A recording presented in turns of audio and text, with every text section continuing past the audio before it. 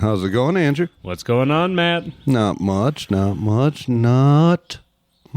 Welcome back to my garage. Yeah, and 40-degree weather. We're sitting outside in your garage recording a pod. I just don't actually think it feels that bad in here. Like a sweatshirt, there's no breeze. We can hear birds chirping. No, it's not terrible. I just, I still have to give you some crap about it. This makes me look forward to when it's actually nice out, when we can sit with both sides of the garage open, just be vibing with like the cross breeze on a beautiful day, kind of like you do at deer camp. Right. Or, in my backyard by a fire. Yeah, that'd be good too. Easy being. I like doing the outdoor podcast. I was almost thinking this morning, I was like, man, I should just ask Matt to grab his lav mics and then get in his car and say, let's go get breakfast burritos and put the lav mics on and say, time for breakfast burritos with Matt and Andrew. That would actually be fun. We might have to keep that one. Yeah, dynamic content. Right. Like, hear us talking to the McDonald's window guy or something. Be like, I went to use the lav mics finally again the other day because I kept forgetting to grab them to use them for my videos, and I hate the audio quality. I do all sorts of adjustment to make those videos halfway decent without the lav mics. And I hadn't thought about the fact that the case is the charger for them. So I had it sitting so long that, obviously the batteries of the lav mics probably drained down. The case recharged them, drained down, recharged them. And I went to use them this last week and yeah, they were dead. Yeah, so I had to charge them up. Yeah, they need a little refresher. So we'll get those back out for our promotional videos. Yeah, those are nice. I mean, they're so handy. They are. Cool. Well, we'll hit the music. We have a good topic today, and yeah. Loosen up your ties and roll up your sleeves. It's time for Fellowship with Matt and Andrew. The views and opinions expressed on this podcast are not necessarily the views and opinions of the Grand Lodge of Wisconsin or any other Grand Lodge or any appended body. Woo! All right.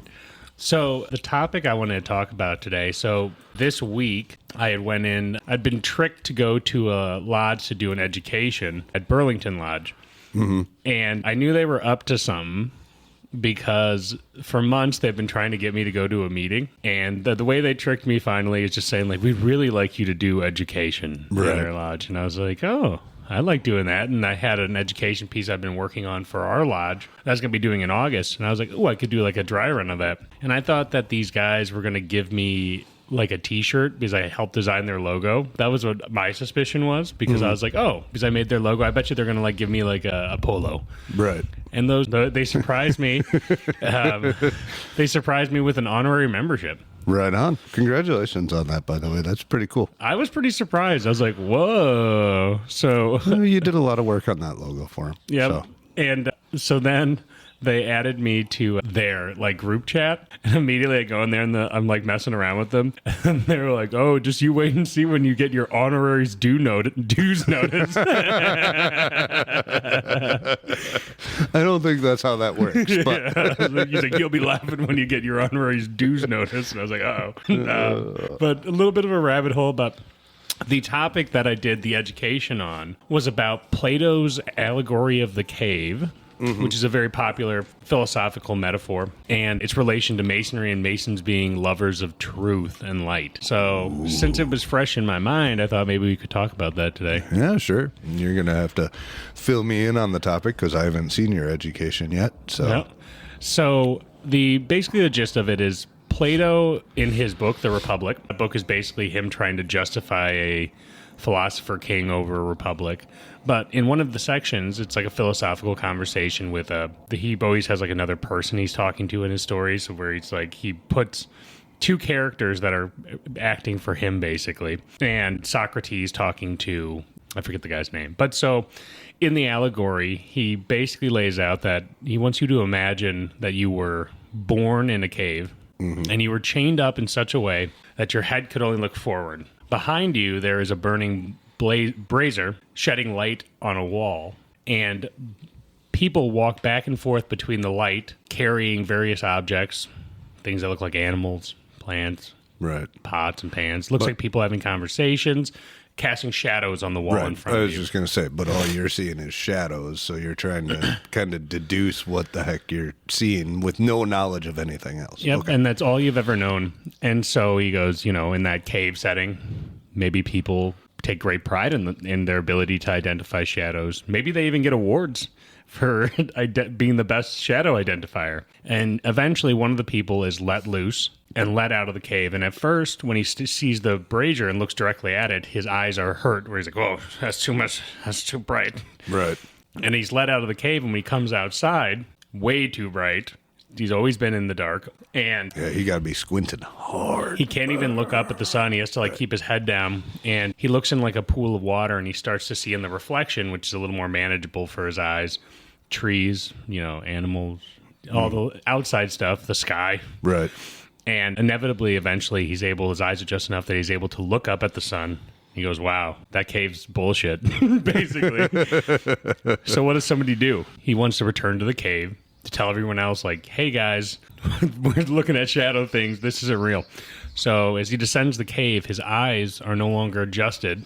So he has a hard time seeing. And as he tries to explain himself to these people chained, he doesn't quite remember what they're looking at. He can't describe it well enough because he's been outside. It's hard to describe shadows when you've seen reality. Right. That being said, those people inside the cave do not believe him because they don't. Some people have a vested interest in these shadows because they got an award, you know what I mean? Best shadow watcher and stuff. So they think he's crazy. And if he tries to lead people out, they think that's going to make them crazy if they go out of the cave. So they may rebuke him or could possibly kill him if he tries to release them. And so what the allegory is kind of talking about is the responsibility of a philosopher to find light, but also to remember that when they return to the cave, they need to spend time adjusting because they're going to have a hard time explaining to people who are so tied up in the illusions that they surround themselves with. They have such a vested interest. It's all they know. It's going to be very hard and potentially dangerous to do so. So when I was listening to the Republic the other day, I was thinking about that, and I was like, this is very Masonic. Mm-hmm. Talking about light, the reference to, finding light as, finding truth. So I did a presentation talking about how as Masons we should seek light, and that all because we were quote unquote brought to light or given light, that we're not magically enlightened, that we're just given the first sparks to start doubting the shadows that we're looking at, and it's our job as Masons to continue that journey out of the cave. Ooh, I like it. I like it. And at the same time, as I sit here and pet your dog and I'm slightly distracted, all I could think about that whole time for some reason, because I'm a ridiculous movie person, is Tom Hardy's Bane going, "I was born in the darkness. You merely adopted it."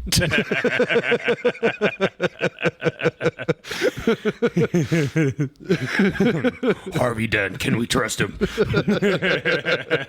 I was just like, oh my God. For some reason, that's all I could think of. But then I was like, it actually kind of somewhat relates, because at the end of the day, Batman's the good guy, and, he merely adopted the darkness, so to speak. And he had to descend into the cave to come out to have the strength, Yeah.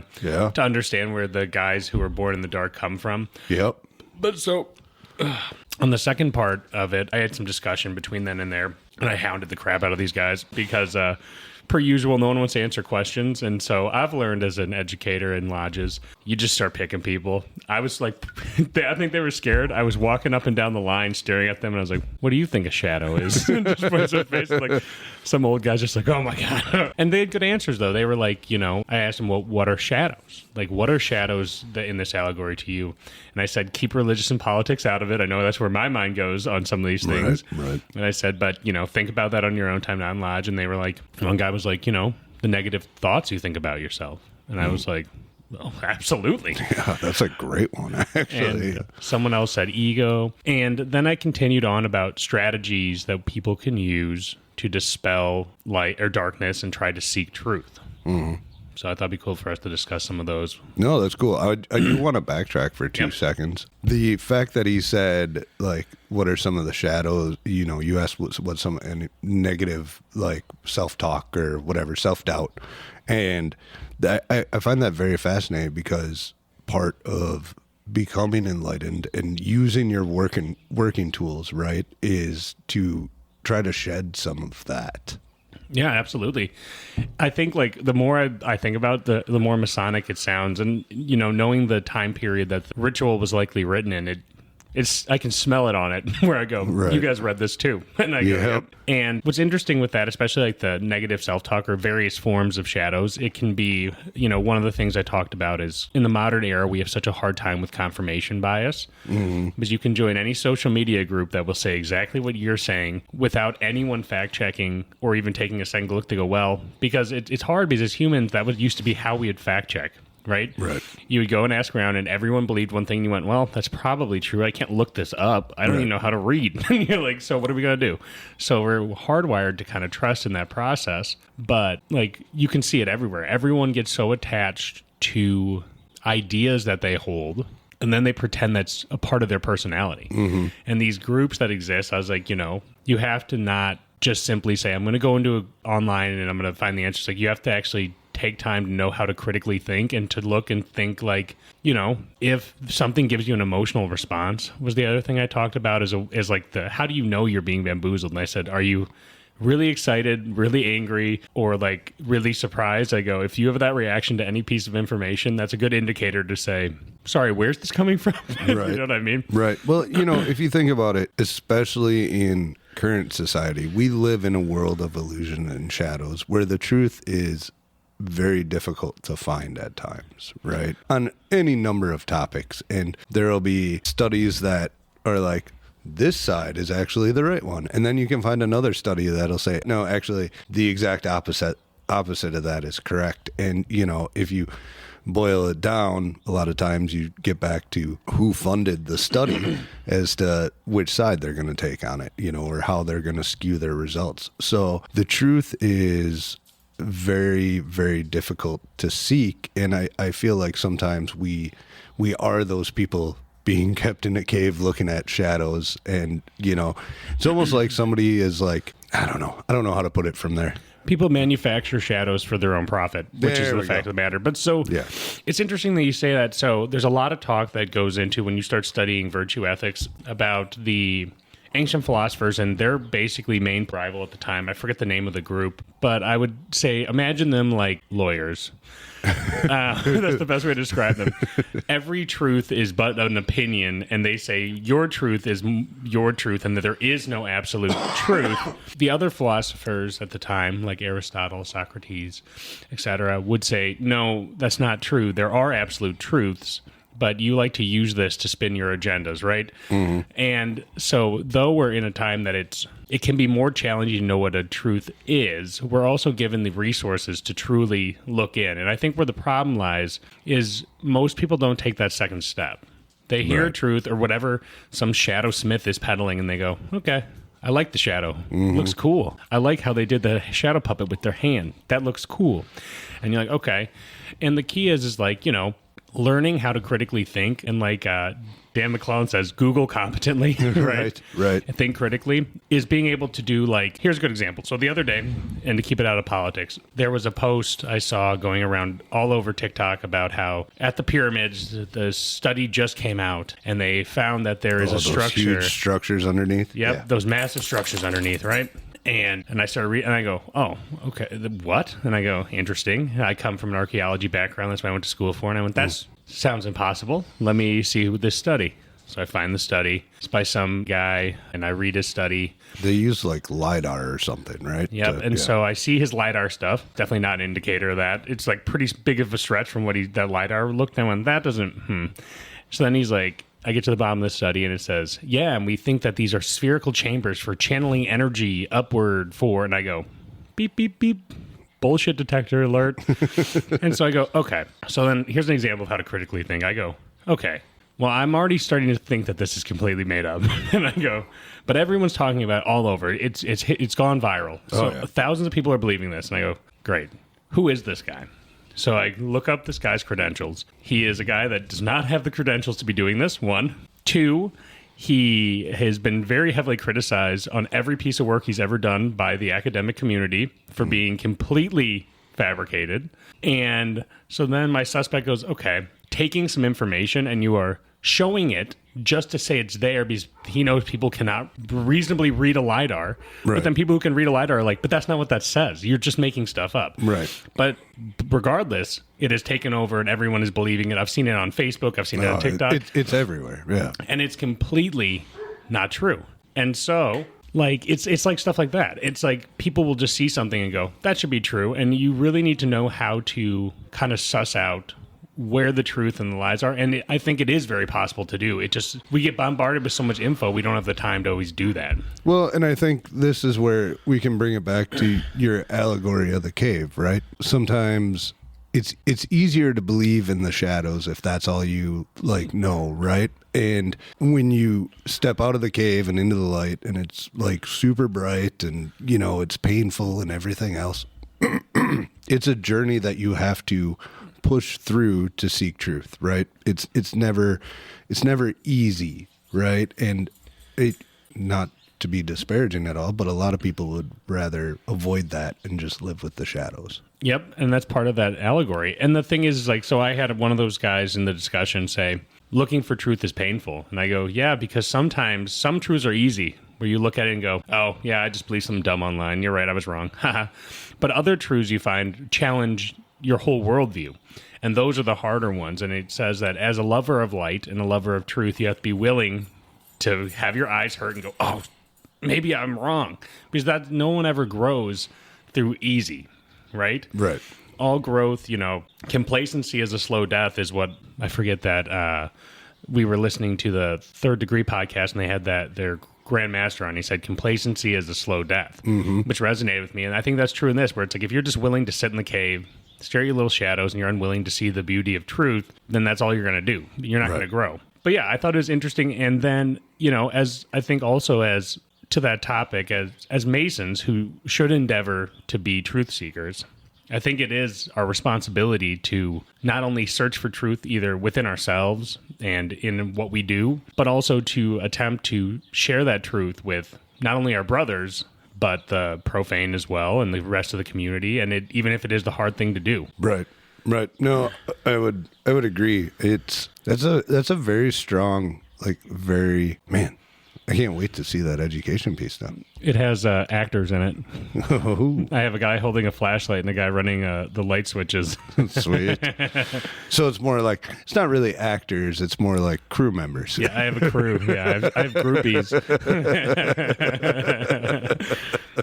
No, but it's helpful because like I was thinking about it too, and how like the what the ramifications could be in a society like ours that has people who are actually all motivated to do that, how transformative that could be to have people actually having realistic and thought out values that hold truth. I mean, we always say geometry is the greatest of the arts of the Masons, right? Mm-hmm. Why?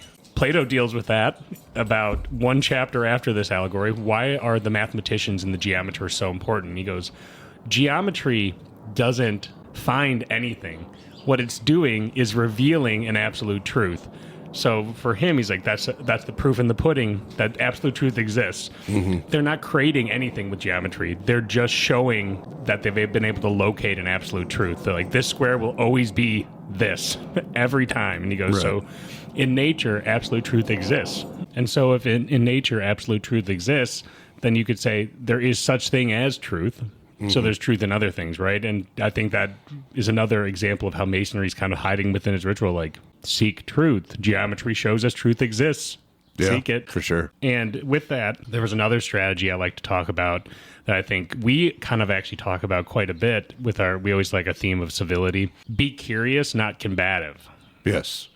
And from the virtue ethical people, ethicians, I don't know. From the virtue ethics people, philosophers, they would say, if you disagree with someone, you shouldn't try to just immediately say, I'm going to prove them wrong. And from that group that I forget their name that are like lawyers, theirs would say, I'm going to get them on the record proving that they don't know what they're talking about. Like, be like, so you're saying this?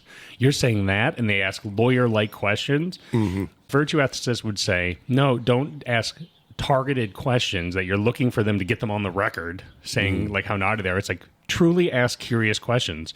If it's something that you don't agree with by a lot, be like, oh, well, why do you think that way? Where's this coming from? Because not only may this person have never said out loud why they do, so maybe they'll discover what their truth is. They might also discover that they don't have one. And you might also learn something along the way, too, about the nature of truth through conversation if you're curious instead of combative. No one learns anything from just screaming at people. Right. Well, and that is the importance of civil discourse, right? Is being able to understand where both sides are coming from and both sides coming away from it with a little more knowledge and information about not only the other side but their own side. And that is ultimately how we grow and we are able to better focus our own personal system of truth, right? And like even within that, like I forget who was saying it. It's probably still Aristotle, but within it, they're like you might find within that conversation, you know, you're trying to come to their understanding. Maybe you go down a rabbit hole, and maybe on that rabbit hole, you actually do discover a common truth within that, where you go, there is a truth here, but from that truth we diverge in different interpretations. But you can sometimes come to more truth through those conversations. And then if we put it through the lens of brotherly love, this is a great way that as brothers, if you're curious and not combative, to get to know your brothers better. Where are they coming from? Why do they think this? What is behind this? Right. And you'll find like I try to use this on my dad, who I disagree with a lot of stuff. I found out my dad just actually has no idea why he believes anything. Like if you go 2 questions deep, he's like, I just don't like talking about this stuff. And you're like, okay. So you can also, through trying to have like just legitimate conversation, you can find people who are holding on to shadows and they don't even know why. Right. And I think why that's powerful is when someone's put in that conversation in a way that's not disrespectful, it's not combative, it's curious, and they realize that they see for themselves after saying it out loud that they actually don't understand why they believe what they do on certain things. Right. It plants a seed of doubt, which is the doubt that I'm talking about in the shadow, where they start to go, am I mistaken? Right. Like, and I think that's also the power of that conversation. If you say, it's really hard to change someone's mind, that's actually how you do it. You don't do it by telling them they're dumb. You don't do it by telling them they're evil or they're wrong. Right. You do it by just having a conversation, and they start to go, wait, do I actually believe this, or have I just fell in love with the shadow and I just repeat it? Like, you know what I mean? Right. Yeah. You usually have to be able to dig down a couple of layers in the conversation to get to the underlying reason why that is their opinion or that is their truth at that point. Right. And once you dig down, sometimes that'll start to fall apart on people and they're like, wait, I don't have a solid foundation for why I believe this. And then, it makes them start to look at their beliefs and or truths and start to go, is this a truth? Right. Or am I watched a TikTok and I thought it was. Yeah, you know what I mean? And there is all too much of that these days where it's like, well, but I saw this guy who I respect and he usually says right stuff, say it on TikTok. And, so now that's the way I think about it. Yeah, I know. I saw this. There was this lady I was following who I thought she was like a PhD. She's like some name PhD. And she would do archaeology news. And I was like, yeah. And then she posted that story about the pyramids. And I went, I thought this lady was a PhD. What is she? And then I look up her name, and she's a PhD in pharmaceuticals. and I went, oh, shadow spreader. I found one of those who uses the shadow to get clicks.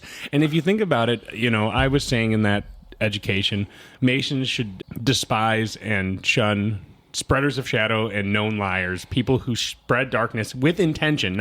There's a difference between the people in the cave who believe in the darkness and someone who is actively and purposefully and knowingly spreading shadow for their own enrichment. TikTok's a big example of that.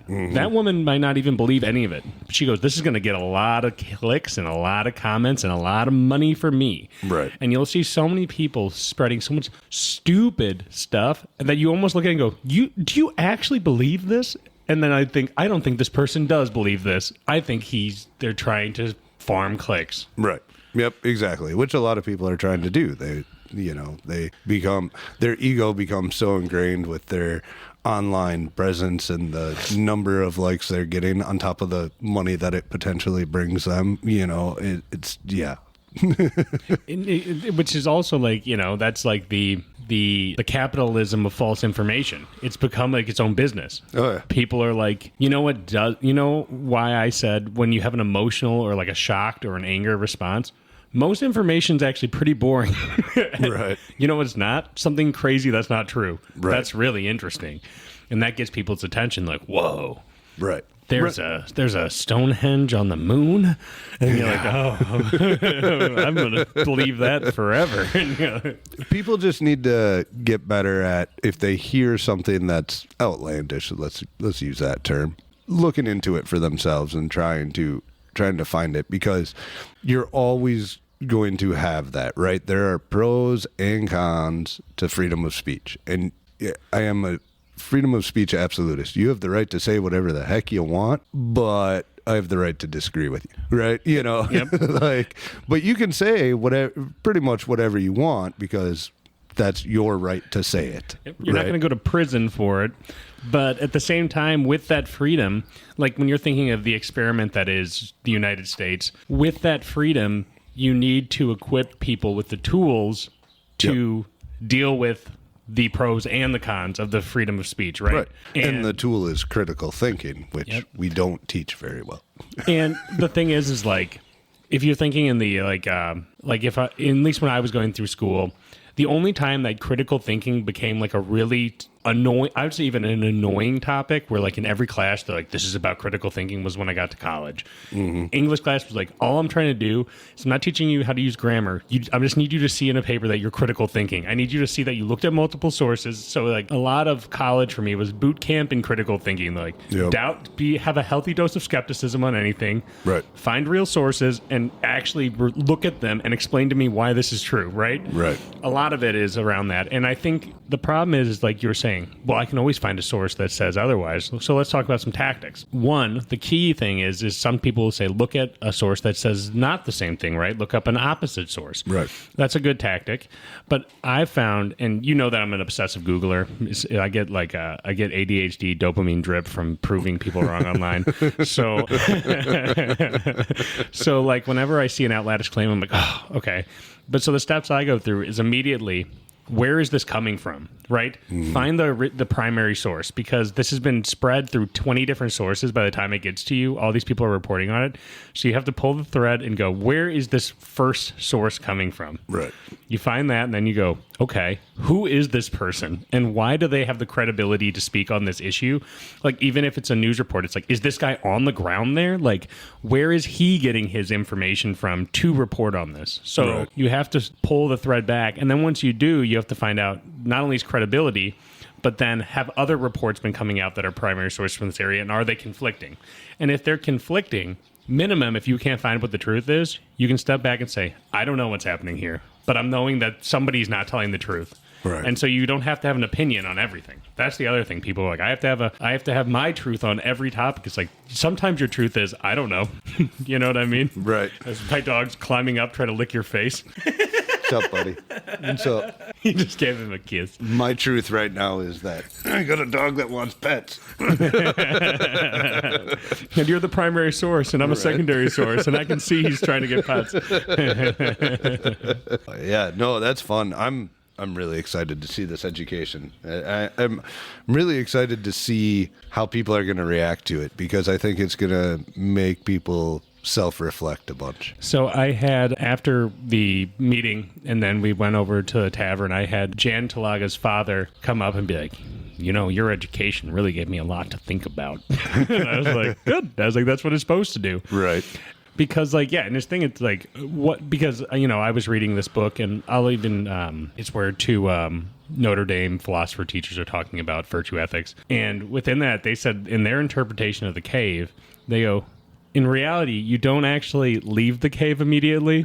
You go from one cave to another cave that's a little closer. He's like, and you may never actually get fully out of the cave, because you're never going to have truth on every topic, on everything you do. Yep. You just get closer. And it's kind of like the rough and perfect Ashlar analogy, where it's like, yeah, the point is to get away from it. And I think why it's important as a society and as lovers of light is, how can you truly be free if you're chained staring at shadows on the wall and you can't tell BS from truth, if you can't tell BS from truth, you're so easily manipulated by the shadow spreaders, and that's what they make their business off of doing, is manipulating for their own enrichment. And someone who's free should have the ability to be free from that type of influence. Agreed. I like it. I think that's a good place to leave it, too. Cool. Well, to our listeners, I'd like to announce, and if you haven't seen it on social media, we officially have a Time for Fellowship Discord channel. Woohoo! Now, this is going to be a cool place, and I'm hoping a lot of our listeners come and join us. This is, to people who don't know what Discord is, it's basically, God, how should I describe it? It's like a chat room,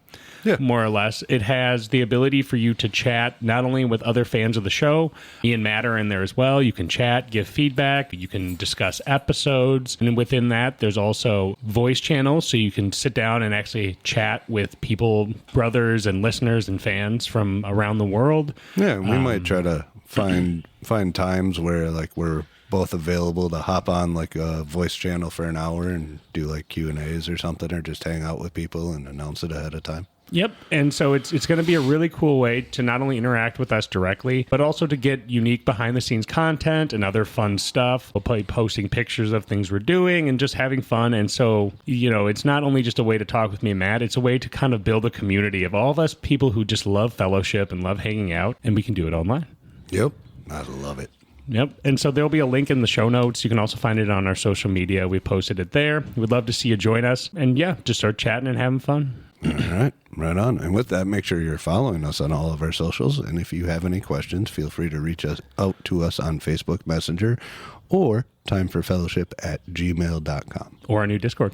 Or on Discord. But if they have questions about Discord or don't have Discord, those other two places are where they should head first. Yep, absolutely. And if you haven't done so yet, please follow us and give us a review. It really goes a long way on getting us out there. But other than that, thanks for tuning in, and beware the shadow people. Have a great day, everyone. Bye.